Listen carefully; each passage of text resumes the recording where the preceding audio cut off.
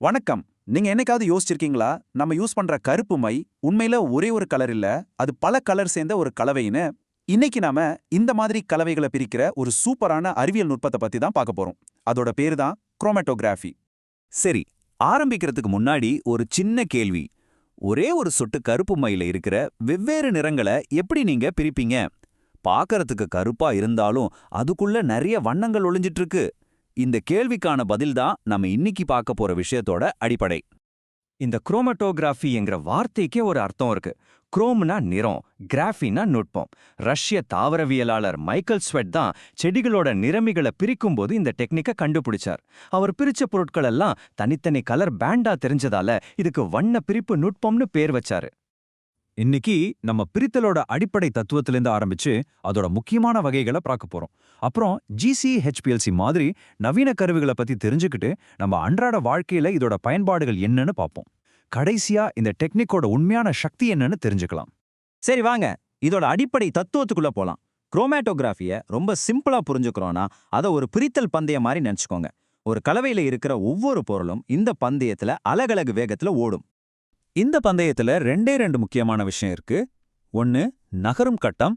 இதுதான் கலவையில இருக்கிற எல்லாத்தையும் ஓட வைக்கிற ஒரு சக்தி. அது ஒரு திரவமா இருக்கலாம், இல்லைன்னா ஒரு வாயுவா கூட இருக்கலாம். ரெண்டாவது, நிலையான கட்டம். இதுதான் நம்மளோட ரேஸ் ட்ராக். நம்ம கலவை இது வழியா தான் பயணம் பண்ணும். இப்பதான் அசல் விஷயமே வருது. கலவையில இருக்கிற சில பொருட்கள் அந்த ரேஸ் ட்ராக்கு, அதாவது நிலையான கட்டத்தோட ரொம்ப ஸ்ட்ராங்கா ஒட்டிக்கும். அதனால மெதுவா ஓடும். மத்த சிலது அவ்வளவா ஒட்டாது, அதனால வேகமா ஓடிடும். இந்த வேக வித்தியாசம்தான் எல்லாத்தையும் தனித்தனியா பிரிக்க காரணம்.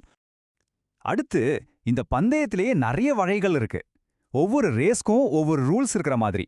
அதை பத்தி இப்ப பார்க்கலாம். முக்கியமா 3 வகை இருக்கு. ஒன்னு, பரப்பு கவர்ச்சி குரோமட்டோகிராஃபி. இதுல பொருட்கள் ஒரு திடமான பரப்புல ஒட்டிக்கிற தன்மையை வச்சு பிரிப்பாங்க. ரெண்டாவது, பகிர்வு குரோமட்டோகிராஃபி.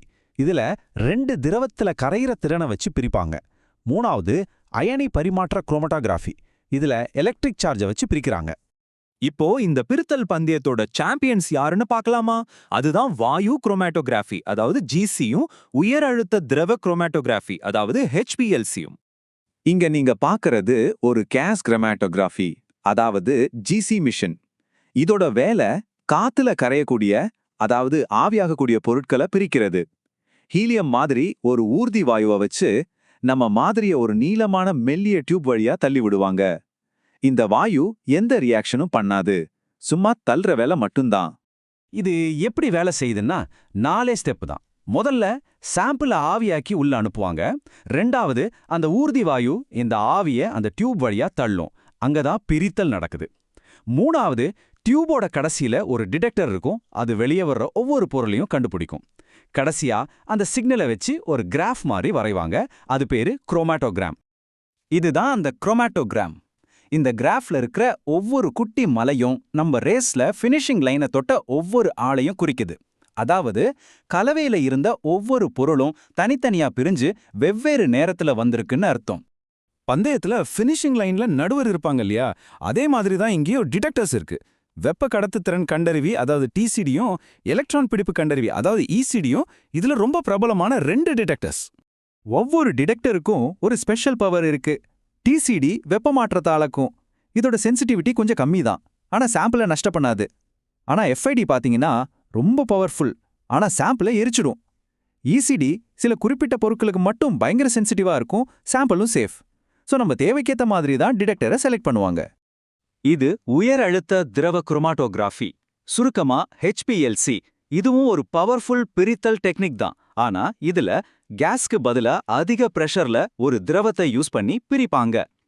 சரி, இவ்ளோ டெக்னிக்கலா பேசுறோமே, இதெல்லாம் நிஜ வாழ்க்கையில நமக்கு எங்க யூஸ் ஆகுது? அது ஏன் நமக்கு முக்கியம்? வாங்க பார்க்கலாம். இதோட பயன்பாடுகள் உண்மையிலேயே ஆச்சரியமா இருக்கும். உதாரணத்துக்கு, GCயை வச்சு ஒரு கிரைம் சீன்ல கிடைக்கிற தடயங்களை அனலைஸ் பண்ணலாம். அதே மாதிரி பழங்கள்ல பூச்சிக்கொல்லி மருந்து இருக்கான்னு கண்டுபிடிக்கலாம்.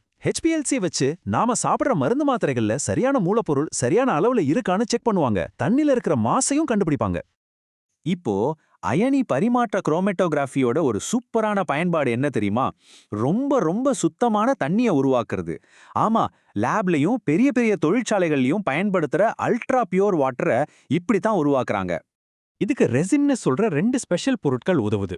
ஒன்னு தண்ணில இருக்கிற கால்சியம் மாதிரி பாசிட்டிவ் அயனிகளை ஒரு காந்தம் மாதிரி இழுத்துக்கும். இன்னொன்னு குளோரைடு மாதிரி நெகட்டிவ் அயனிகளை இழுத்துக்கும். இப்படித்தான் அதோட செட்டப் இருக்கும்.